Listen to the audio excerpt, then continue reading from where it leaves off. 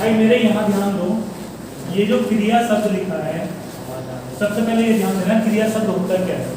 देखो सबसे पहली बात तो ये है, किसी भी कार्य के नाम को क्रिया कहा जाता है। किसे कहते हैं? किसी भी कार्य के नाम को। कार्य के नाम कैसे हैं? जैसे मान लो खाना है, एक कार्य ही तो है। वे खाना शब्द एक कार्य ही तो है। मैं आपसे कहूँ चलना है, तो चलना एक कार्य का नाम है या नहीं है? तो जो भी किसी कार्य का नाम हो उसे हम क्या कहेंगे? क्रिया कहेंगे। क्रिया शब्द की उत्पत्ति कैसे होती है? क्रिया शब्द की उत्पत्ति के लिए दो प्रकार के शब्दों का पता होना चाहिए। एक तो मूल शब्द और एक होते हैं धातु शब्द। कौन कौन से शब्द? एक मूल शब्द और एक धातु शब्द। जो भी धातु शब्द होगा उसकी पहचान क्या है? देखो यदि किसी भी शब्द के बाद आपने ना प्रत्यय जोड़ दिया, कौन सा प्रत्यय?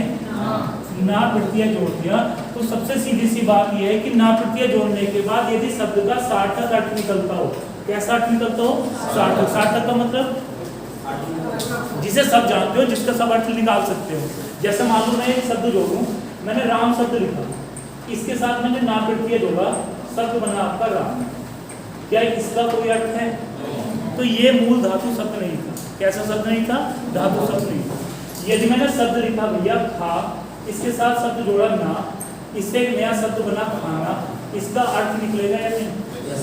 इसका अर्थ निकलेगा। तो ये जो शब्द था जिसके साथ ना प्रत्यय जुड़ा है वो शब्द था आपका धातु शब्द। कैसा शब्द था? धातु शब्द। और क्रिया की परिभाषा भी यही होती है कि किसी भी धातु शब्द में, किसी भी धातु शब्द में ना प्रत्यय जोड़ देने से यदि शब्द का अर्थ सार्थक हो जाता हो उसे क्रिया कहते हैं। बात आई समझ में नहीं? किसे कहेंगे क्रिया? क्या किसी संज्ञा के साथ ना प्रत्यय जुड़ सकता है? सोच के देखो, ये संज्ञा ही तो है राम, इसके साथ ना जोड़ सकते हो क्या? नहीं जोड़ सकते। क्या किसी मूल शब्द के साथ ना प्रत्यय जोड़ सकते हो? मूल शब्द का मतलब होता है जैसे संज्ञा है, ये मूल शब्द है, लेकिन किसके साथ जोड़ सकते हैं?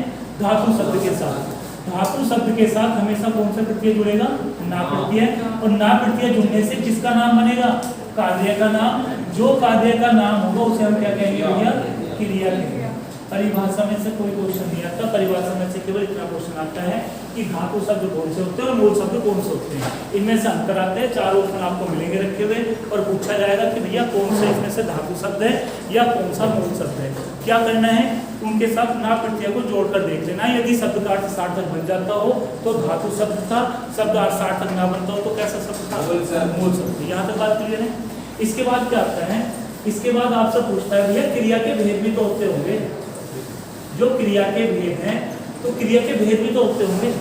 क्रिया के भेद आपसे किसी भी तरीके से पूछता हो, आपसे पूछे उत्पत्ति के आधार पर, आपसे पूछे रचना के आधार पर, आपसे पूछे अर्थ के आधार पर, आपसे पूछे भैया प्रयोग के आधार पर, किसी भी आधार पर क्रिया के भेद पूछता हो, आपको आंसर हमेशा दो याद रखना है।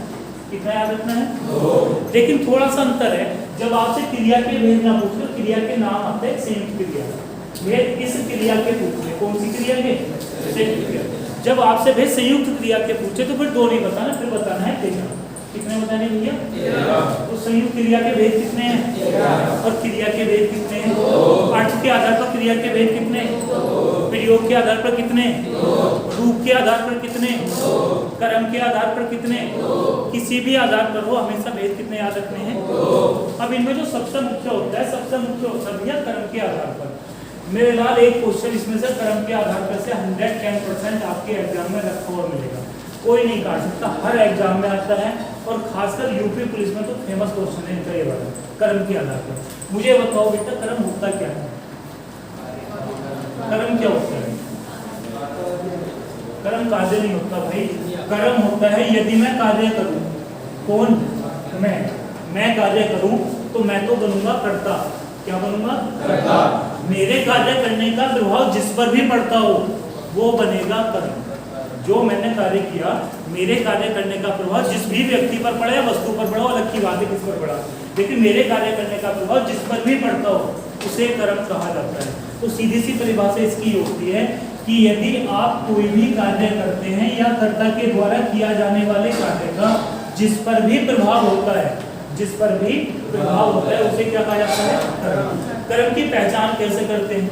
देखो हम क्रिया पढ़ रहे हैं तो क्रिया में हमें क्रिया की तो बात करनी है भाई। जब हम क्रिया पढ़े तो क्रिया में क्रिया की बात करनी है, तो सीधी सी बात है हमें पहचानना वाक्य में कर्म। क्रम पहचानने के लिए क्रिया के साथ 3 क्वेश्चन रखे जाते हैं, एक तो क्या, एक किसे और एक किसको। ये 3 क्वेश्चन क्रिया के साथ रखे जाएंगे। यदि इन क्वेश्चनों का आंसर मिलता हो या मिलने की संभावना हो, आंसर मिलता हो या मिलने की क्या हो, संभावना, उसे हम सहकर्मक क्रिया कहेंगे। कौन सी क्रिया? सहकर्मक का मतलब कर्म के साथ। यदि इनका आंसर नहीं मिलता हो तो उसे कौन सी क्रिया कहेंगे? क्रियाएं ये कर्म के आधार पर 2 प्रकार की हैं। एक तो होती है भैया सहकर्मक और एक होती है अकर्मक। अकर्मक की पहचान क्या है कि इसमें भैया कर्म नहीं होता। क्या नहीं होता? इसमें कर्म नहीं होता। और सहकर्मक में क्या होगा? सहकर्मक में कर्म होता है। सहकर्मक 2 प्रकार की होती है। एक तो होती है एक कर्मक। एक कर्मक का मतलब जिसमें एक कर्म आता हो। क्या तो जिसमें एक कर्म। और एक होती है भैया द्विकर्मक।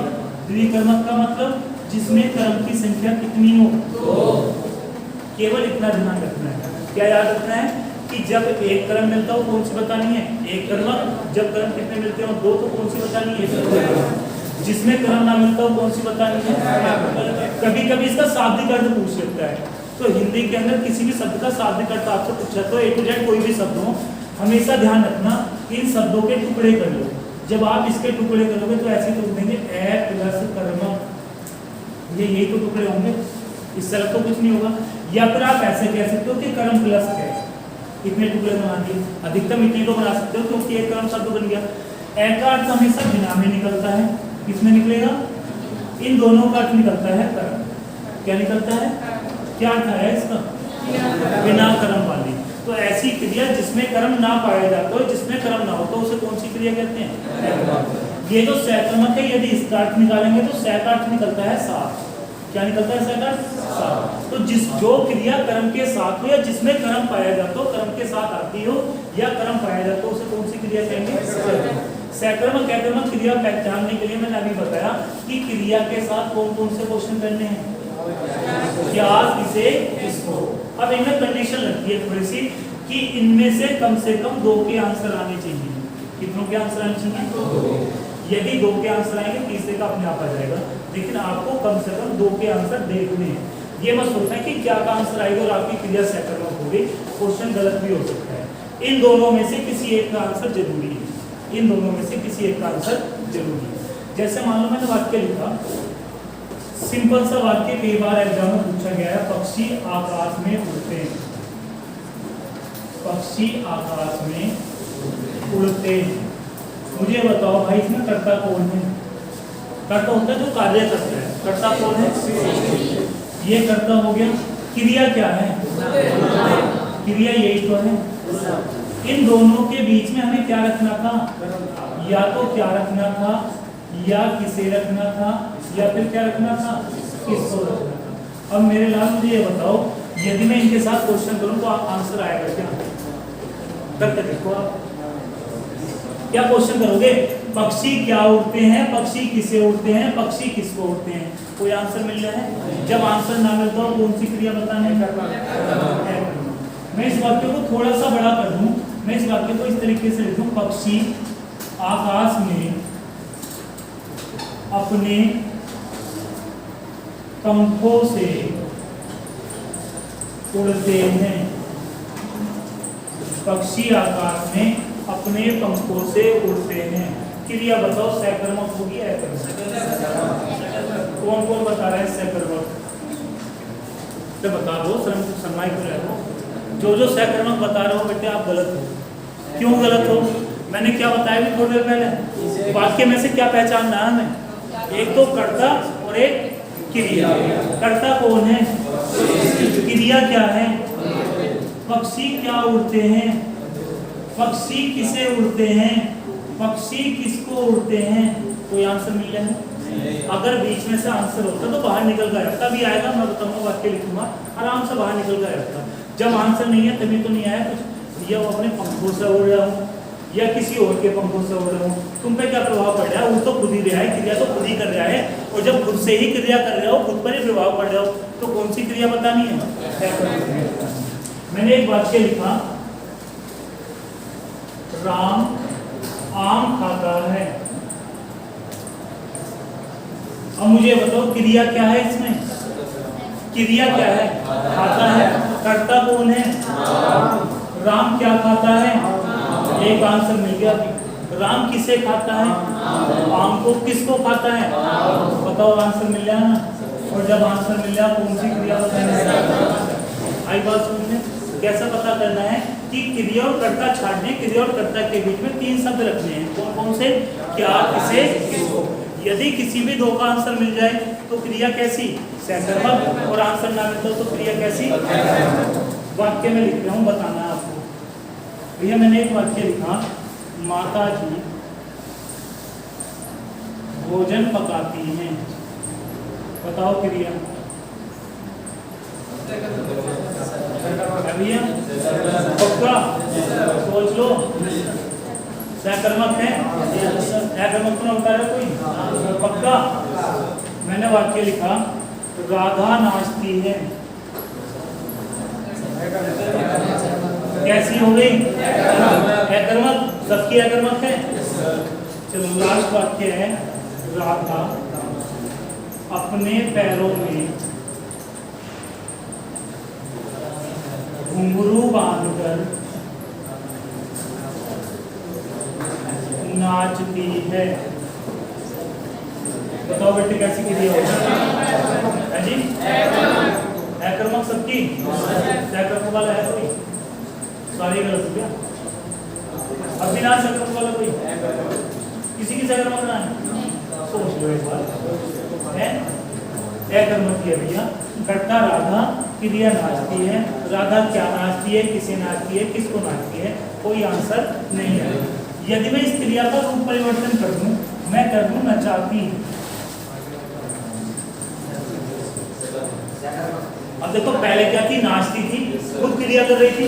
अब नचाती है तो खुद नहीं कर रही है वो, अब दूसरे से करा रही है। तो क्रिया परिवर्तित हो जाएगी, सहकर्मक हो जाएगी, अकर्मक की रहेगी? सहकर्मक हो जाएगी, क्योंकि क्या नचाती है? किसे नचाती है? किसी न किसी को तो नचाती होगी।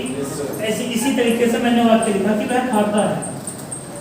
वह खाता है। मैंने कुछ नहीं लिखा कि आम खाता है, फल खाता है, क्या लिखा? कुछ नहीं लिखा, केवल इतना लिखा कि वह खाता है।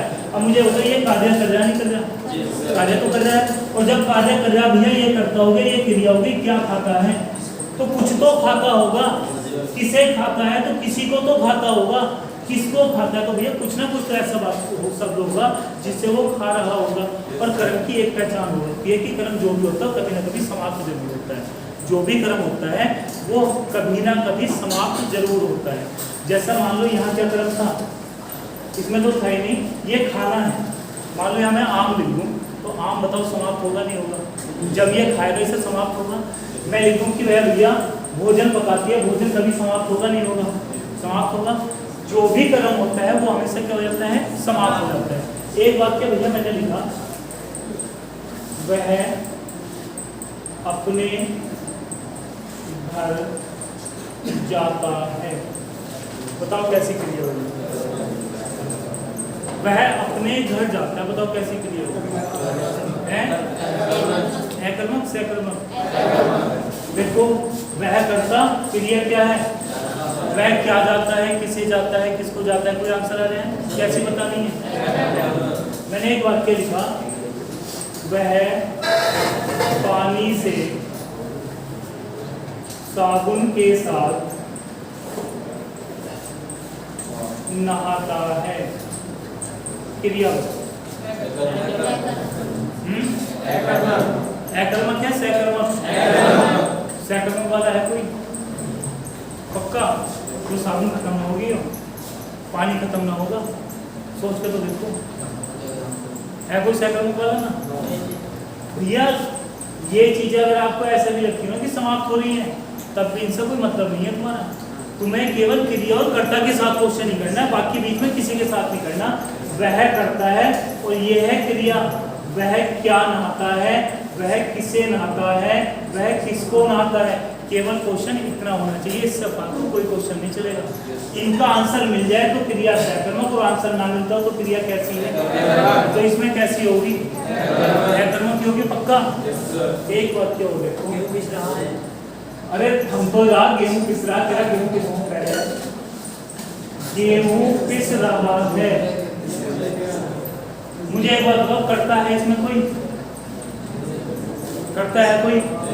क्रिया क्या है? पूरी क्रिया बोलो जो लिखी हुई है। पिस रहा है, क्या कोई क्रिया कर रहा है? कोई ना कर रहा है ना। अब एक बात तो सोचो, अगर मैं क्रिया ही ना करूं, मैं काम ही ना करूं, तो मेरे काम का किसी पर प्रभाव पड़ जाएगा क्या? तो ये खुद से काम हो रहा है भैया, कोई करना रहा। और जब खुद से काम होता हो तो क्रिया केवल अकर्मक होगी, क्योंकि कार्य करने वाला कोई है ही नहीं। तो क्या पिस रहा है, अगर आप क्वेश्चन करोगे क्या पिस रहा है तो आंसर आएगा। देखिए भाई मुझे बताओ, गेहूं क्या पिस रहा है, गेहूं किससे पिस रहा है, गेहूं किसको पिस रहा है? कोई आंसर मिल जाए? अकर्मक क्रिया बतानी है। लेकिन यदि मैं इस क्रिया को थोड़ी परिवर्तित कर दूं, मैं इस क्रिया को लिख दूं पीस रहा है, गेहूं पीस रहा है। अब मुझे एक बात बताओ, क्रिया का रूप क्या है? पीस रहा है। इसका मतलब क्या है कि भले छुपा हुआ है लेकिन कोई ना कोई तो पीस रहा है, कोई ना कोई तो पीस रहा है। यहाँ भैया हमारा कर्ता साइलेंट है, तो हम यहाँ से क्वेश्चन करेंगे क्या पीस रहा है, किसे पीस रहा है, किसको पीस रहा है, तो गेहूं पर प्रभाव पड़ेगा। और गेहूं कैसी क्रिया हो जाएगी? क्रिया का रूप देखना है, केवल क्रिया नहीं देखनी, क्रिया का रूप क्या है। पिस रहा है, अपने आप क्रिया हुई, कोई प्रभाव नहीं। पिस रहा है, पीस रहा है, तो कोई क्रिया कर रहा है। और भैया जब क्रिया करेगा तो गेहूं तो आटा बन जाएगा उसका, भैया गेहूं ऐसी रह जाएगी। कौन से ना बोला था इसे एग्जाम्पल पढ़िए एक बार करने क्रिया बेटे। इस एग्जाम्पल कोई लोग बोलते हैं जिन्होंने एक बार पढ़ी हो, मैंने ऐसा नहीं बोलता तू एकदम से ऐसा चुपचाप क्या बना रहा। चल क्या नाम है तेरा? है भोलू? मोनू। मैंने लिखा भैया मोनू सिर खुजलाता है। बताओ क्रिया कैसी है? मोनू सिर खुजलाता है। अब भैया मोनू क्या खुजलाता है? किसे खुजलाता है? किसको खुजलाता है? अब एक बात बताओ, भले ही सिर आपका है लेकिन जब आप बार बार अपना सिर खुजाओगे तो सिर को दाने दाने से ना बन जाएंगे, इसके बाल वगैरह से भी जाते। बचाओ कुछ बताओ इसमें क्या होगा? कुछ प्रभाव पड़ेगा। जब प्रभाव पड़ेगा क्रिया कैसी? मैंने एक वाक्य लिखा, गंजे का सिर खुजलाता है, गंजे का सिर खुजलाता है। अब मुझे बताइए ये क्रिया कैसी होगी? सकर्मक होगी, अकर्मक होगी। मुझे एक बात बताओ, तुम यहाँ बैठे हो भैया, तुम्हारे सिर में वो हो गया क्या कहते हैं जूं, जो भी हो गया, चलो तुम्हारे सिर में हो गया, क्या क्लास में खुजाओगे तुम? अगर मान लो अभी बैठे बैठे तुम्हारे सिर में खुजली लगने लगे तो क्लास में तुम खुजाओगे? तुम्हें खुद ऐसा लगेगा यार शर्म लग रही, कोई और देखना लगेगा ना लगेगा। तो इसका मतलब क्या है कि खुजली कितनी देर होगी? थोड़ी देर होगी, बंद हो जाएगी। इसका मतलब ये है कि क्रिया स्वयं से हुई और स्वयं ही समाप्त हो गई, क्रिया की नहीं गई किसी ने भी। यहाँ गंजा को क्रिया कर थोड़ी रहा था, उसका तो सिर था और अपने आप खुजला रहा था, भैया उसने ना खुजाया तो खुजली बंद हो गई। तो क्रिया ये वाली कैसी बतानी है? यहाँ खुजलाता है और यहाँ भी खुजलाता है, लेकिन यहाँ मोनू खुजलाता है और यहाँ गंजे का सिर खुजलाता है। यहाँ मोनू सिर खुजलाता है यानी कि मोनू कार्य कर रहा था, और यहाँ गंजे का सिर खुजलाता है यानी कि गंजे का सिर अपने आप ही कार्य उसमें हुआ और अपने आप ही कार्य समाप्त हो गया। सकर्मक अकर्मक क्रिया हो जाएगी ना? अरे कोई साइकिल लिखवा दो।